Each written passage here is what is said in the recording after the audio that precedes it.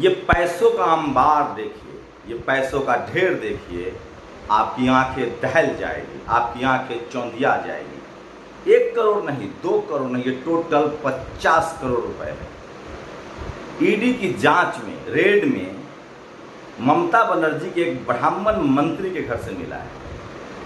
वो education minister थे, शिक्षा मंत्री थे, आखिर पैसे कहां से आए? कुछ लोग ये भी आशंका जता रहे हैं कि केंद्रीय एजेंसी जो ममता बनर्जी के समर्थक हैं वो पैसे डाल सकते हैं, क्योंकि ममता की सरकार को गिराना है। दोनों मुद्दों पर बात करेंगे, लेकिन सबसे बड़ी बात है कि क्या कोई SC ST OBC माइनॉरिटी का आदमी इतना पैसा रखने की हिम्मत कर सकता है? और क्या मायावती, अखिलेश, हेमंत सोरेन, शिबू सोरेन किस तरह से बदनाम किया गया। लालू यादव आज भी जेल में है, लेकिन इस देश में शहरों पर, इस देश में शहरों की संपत्ति पर media, judiciary, college, university, bureaucracy में किन लोगों का कब्जा है, किन के पास ब्लैक मनी है, ये 2000 नोट कहाँ चले गए, आप सब जानते हैं। इस देश में जितने लोग रुपए लेके भागे हैं, विदेश शिफ्ट हुए हैं, उसमें एक भी SC ST OBC और माइनॉरिटी का नहीं है। तो सवाल है कि क्या इस देश का सवर्ण चोर है? मैं सब सवर्णों को तो नहीं कहूँगा, लेकिन ये भी सच है कि जितने पैसे गए हैं लेके, उसमें सबसे ज़्यादा सवर्ण है। उसमें कोई भी SC ST OBC और माइनॉरिटी का आदमी नहीं है। तो समझना पड़ेगा कि किन लोगों को सिस्टम सपोर्ट करता है और किन लोगों को सिस्टम कल्प्रिट ठहराता है, चोर ठहराता है। आप सोचिए, आज तक हम लोग सुनते आ रहे हैं मायावती करप्ट हैं, कभी सजा हुई, कोई पैसा मिला, बस खबरें चलती है। लालू यादव को जेल में डाला गया, वो पॉलिटिकल प्रिजनर है, ये सारे लोग कह चुके हैं, पूर्व IAS कह रहे हैं कैसे उनको फंसाया गया है। और सोचिए, ये पैसा एक ब्राह्मण मंत्री के घर से मिला है। पूरी डिटेल बताऊंगा मैं आपको। नमस्कार, मैं शंभू कुमार सिंह और आप देख रहे हैं नेशनल दस्तक। वो तमाम खबरें जो इस देश की मीडिया डिस्कस नहीं करती है। सोचिए, अगर किसी मुसलमान मंत्री के घर से ये पैसा मिलता तो पूरा मुस्लिम कम्युनिटी बदनाम होता। अगर ये पैसा किसी दलित मंत्री के यहाँ से निकलता, किसी पिछड़े के यहाँ से निकलता, तो क्या होता? तो मीडिया का क्या रूप होता?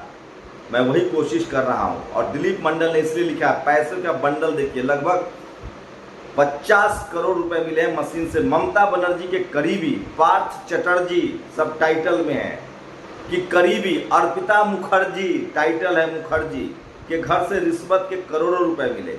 शिक्षा मंत्री परेश अधिकारी, प्राइमरी शिक्षा बोर्ड के पूर्व अध्यक्ष मानिक भट्टाचार्य, चटर्जी के OSD PK Bandopadhyay, secondary board के कल्याणमयी गांगुली आदि के घर भी छापे पड़े हैं। तो सोचिए, ये तमाम लोग की जाति एंगल देखिए और कौन लोग हैं जो इस देश में घाघ बने हैं और कौन इतना ज़्यादा पैसा बचाने की ताकत रखते हैं, ये आप समझ सकते हैं। और सोचिए, इससे आगे अर्पिता मुखर्जी जो थी, उनके ऊपर 11,000 रुपये का टैक्स सोसाइटी का पैसा था, उन्होंने उस पैसे से नहीं दिया। तो लोग तंज कर रहे हैं कि सोचिए कितनी ईमानदार थी वो, कितना पैसा था घर में, लेकिन उन्होंने इस पैसे को नहीं उठाया, नहीं खर्चा किया। लेकिन अब देखिए, ये उत्कर्ष ने लिखा है, किसी के पास रहने की जगह नहीं है, किसी के पास रखने की जगह नहीं है। लेकिन क्या इनका ब्राह्मण समाज बाइकआउट करेगा? लेकिन अभी मैं फिर कह रहा हूँ, ये शुरुआती आरोप है, इन पर आरोप लगे हैं, इसकी जांच होने दीजिए। बहुत सारे समर्थक हैं जो कह रहे हैं कि हो सकता है कि सरकार जानबूझकर कॉन्स्पिरेसी कर रही हो, ये वीडियो इस तरह से पैसे डलवाए गए हों। तो ये सबसे बड़ा सवाल है जो इस देश उठा रहा है कि आखिर इतना पैसा आ कहाँ से रहा है। और मैं फिर कह रहा हूँ, इस देश में शहरों पर कब्जा किसका है? Media, judiciary, college, university, bureaucracy. सोचिए, हाई कोर्ट की जज, महिला जज 8.5 करोड़ रुपया एक ज्योतिषी को देती है कि मुझे गवर्नर बनवा दो। वो पैसा कहाँ से आया था? आय से अधिक संपत्ति की जांच कब होगी? इस देश में दलित, पिछड़े, आदिवासी, अल्पसंख्यक नेताओं को लगातार परेशान किया गया है। सोचिए, मधु कोरा, कनी मोरी, ये तमाम लोग जो उस समय टेलीकम्युनिकेशन मिनिस्टर थे, डी राजा, उनका नाम ए राजा था, डी राजा शायद लेफ्ट वाले नेता है, मैं कंफ्यूज कर रहा हूँ, सॉरी। तो सोचिए किस तरह से इन लोग को फंसाया गया है। लालू यादव, शिबू सोरेन जेल गए, अखिलेश यादव, मायावती के बारे में किस तरह के परसेप्शन फैलाए जाते हैं। लेकिन सोचिए, विदेश भागने वाला कोई नहीं है, इस देश में देश की नागरिकता छोड़ने वाला कोई नहीं। हम लोग इस देश को बनाने वाले लोग हैं। हम सड़क बनाते हैं, बिल्डिंग बनाते हैं, खेत जोतते हैं, किसान हैं, जाट गुर्जर पटेल मराठा है, कोई भागा क्या पैसा लेके। तो समझिए तमाम खबरें हैं जो सोशल मीडिया पर वायरल है। और इसके बाद दूसरी सबसे दर्दनाक खबर है, मध्य प्रदेश के खंडवा में 3 आदिवासी बहनों का शव मिला, इसकी जांच होनी चाहिए। और ये वीडियो देखिए, ये मैडम टीचर है उत्तर प्रदेश के हरदोई में, ये एक बच्चे से अपना हाथ दबा रही हैं। क्या कहा जाए इनको। 2014 से 2022 तक ईडी ने 3500 छापे मारे हैं, लेकिन सिर्फ 23 लोगों को सजा हुई है। और पिछले 72 सालों में सुप्रीम कोर्ट में 225 जज बने।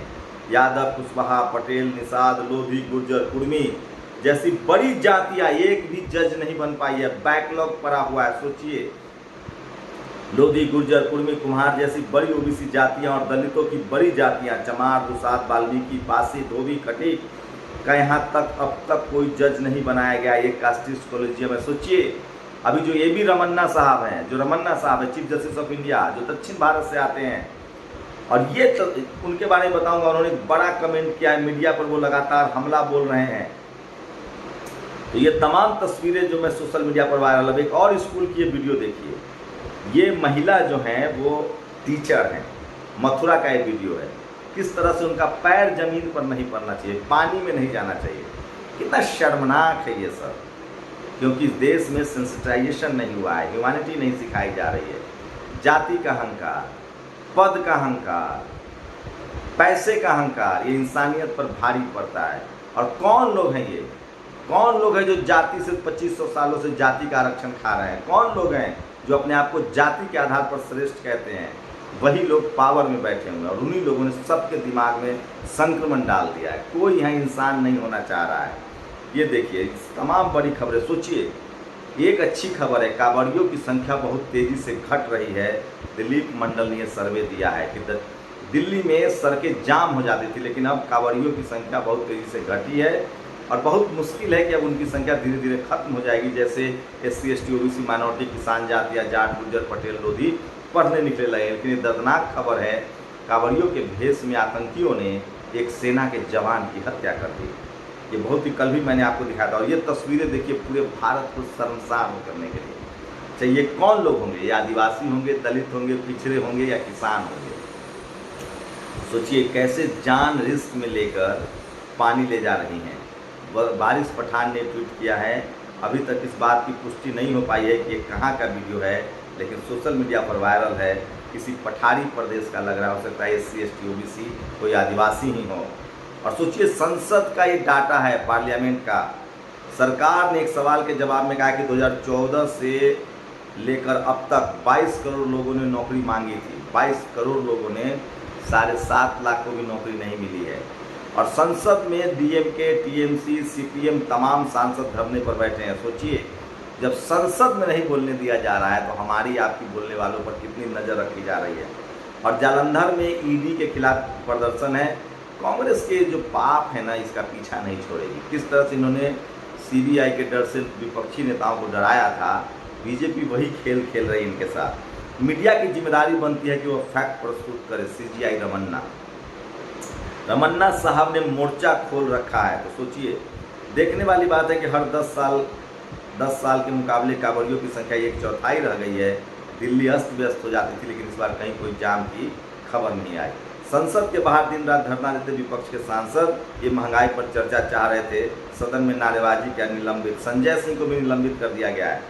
तो ये तमाम बड़ी खबरें। और अब सबसे दर्दनाक खबर, IIT, IIM तमाम कॉलेज यूनिवर्सिटी को SC ST OBC माइनॉरिटी जो कांवड़िए बने हैं, जिनको हिंदू कहा जा रहा है, जिनसे वोट लिया जा रहा है, उनको बच्चों के लिए गुरुकुल से भी ज़्यादा खतरनाक बना दिया गया IIT में। सोचिए, IIT दिल्ली के बायोकेमिकल इंजीनियरिंग विभाग में PhD के लिए OBC और ST छात्रों के 275 आवेदन आए थे, लेकिन इन वर्गों के एक भी छात्र को इस पाठ्यक्रम के लायक नहीं पाया गया। किसी का दाखिला नहीं हुआ। इसी प्रकार आईआईटी मंडी में एससी के 369, एसटी के 73 छात्रों का आवेदन करने के बावजूद बेसिक साइंस डिपार्टमेंट में एक भी सीट नहीं मिली। आप कल्पना कर सकते हैं इस तरह के हालात हैं इस देश में। आपके बच्चों को सोचिए, आईआईटी हैदराबाद, आईआईटी तिरुपति के कंप्यूटर साइंस के विभाग में 248 ओबीसी के छात्रों का आवेदन के बावजूद एक को भी पीएचडी के लायक नहीं समझा गया। आईआईटी मंडी एससी के 369 और एसटी के 73 छात्रों ने अप्लाई किया था मंडी में। आईआईटी हैदराबाद, आईआईटी तिरुपति में वहाँ तो जातिवाद एकदम सरांध मारा है, 248 छात्रों, लेकिन एक भी नहीं समझा गया। बीएचयू मटेरियल साइंस विभाग का राजा 128 ओबीसी छात्रों में से किसी को भी पीएचडी लायक नहीं पाया गया। ये आंकड़े एक वानगी भर है। सोचिए आपके बच्चों के साथ क्या हो रहा है। आईआईटी, आईआईएम, एनएफ, आईआईएमसी, ये तमाम संस्थान है, जेएनयू, आपके बच्चों को मजदूर और मजबूर बनाया जा रहा है और यही जातिवाद है। बहुत लोग कहते हैं कि गांव में जातिवाद ओबीसी करता है। बिल्कुल मैं मान रहा हूँ, वो बेवकूफ़ है, उनको नहीं पता है कानून उनको चक्की में पीस देगी। लेकिन शहरों में जातिवाद कौन कर रहा है? हमारी लड़ाई पावर सेंटर्स की लड़ाई है। अगर हम मंत्री, media, judiciary, college, university, bureaucracy और जुडिशियरी, बिजनेस में अगर जातिवाद खत्म कर पाए तो गांव का जातिवाद तो 2 दिन में खत्म हो जाएगा। कोई मुख्यमंत्री आ जाए, कोई कलेक्टर आ जाए, एसपी आ जाए, 2 दिन में जातिवाद गांव का खत्म हो जाएगा। आपको पावर सेंटर्स के जातिवाद खत्म करने पड़ेंगे। जब तक आप सीएम नहीं बनेंगे, पीएम नहीं बनेंगे, एसपी नहीं बनेंगे, डीएम नहीं बनेंगे, इंजीनियर नहीं बनेंगे, डॉक्टर नहीं बनेंगे, वैज्ञानिक नहीं बनेंगे। आप बताइए, किसी एक राज्य का मुख्यमंत्री चाह ले तो जातिवाद खत्म नहीं होगा? किसी एक थाने का दरोगा चाह ले तो जातिवाद खत्म नहीं होगा? तो उसके लिए पहले दरोगा बनना होगा ना, फिर एसपी बनना होगा, डीएम बनना होगा। तो इसलिए मैं कह रहा हूं कि ये जो जातिवाद कर रहे हैं ये कौन लोग हैं? ये कोई ओबीसी नहीं कर रहा है। एससी, एसटी, ओबीसी के लोग जब पावर सेंटर्स में आते हैं, college, university, judiciary, media, bureaucracy में आते हैं, तो वो एक दोस्ती की तरफ बढ़ते हैं, एक अलायंस की तरफ बढ़ते हैं, वो आरक्षण के नाम पर एकजुट होते हैं।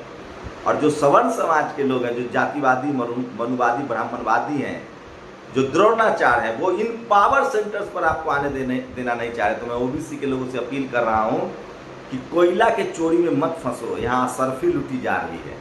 पावर सेंटर्स के जातिवाद के खिलाफ लड़िए। गांव का जातिवाद चुटकी बजा के खत्म हो जाएगा अगर आप दरोगा बन गए, एसपी बन गए, डीएम बन गए, सीएम बन गए, पीएम बन गए, अगर आप डॉक्टर बन गए, इंजीनियर बन गए। तो ये जो गांव का जातिवाद है, ये तमाम अशिक्षित लोग, तमाम बेवकूफ़ लोग, तमाम जिनके दिमाग में गोबर भरा हुआ है, ये वही लोग हैं जो आरएसएस और बीजेपी को हिंदू धर्म के नाम पर वोट करते हैं। ये जातिवाद कर रहे हैं, लेकिन इनको नहीं पता है कि तुम्हारे बच्चों से के अंगूठे काटे जा रहे हैं। मैं इसलिए एससी, एसटी, ओबीसी, माइनॉरिटी के लोगों से अपील कर रहा हूँ कि किसी भी तरह के जातीय हिंसा और सांप्रदायिक हिंसा में मत फंसिए। और ये जो कॉलेज, यूनिवर्सिटी में आपके हक अधिकार छीने जा रहे हैं, इनको बचाने के लिए एकजुटता से लड़ाई लड़िए। आप लोग अपनी प्रतिक्रिया जरूर दीजिए। शुक्रिया।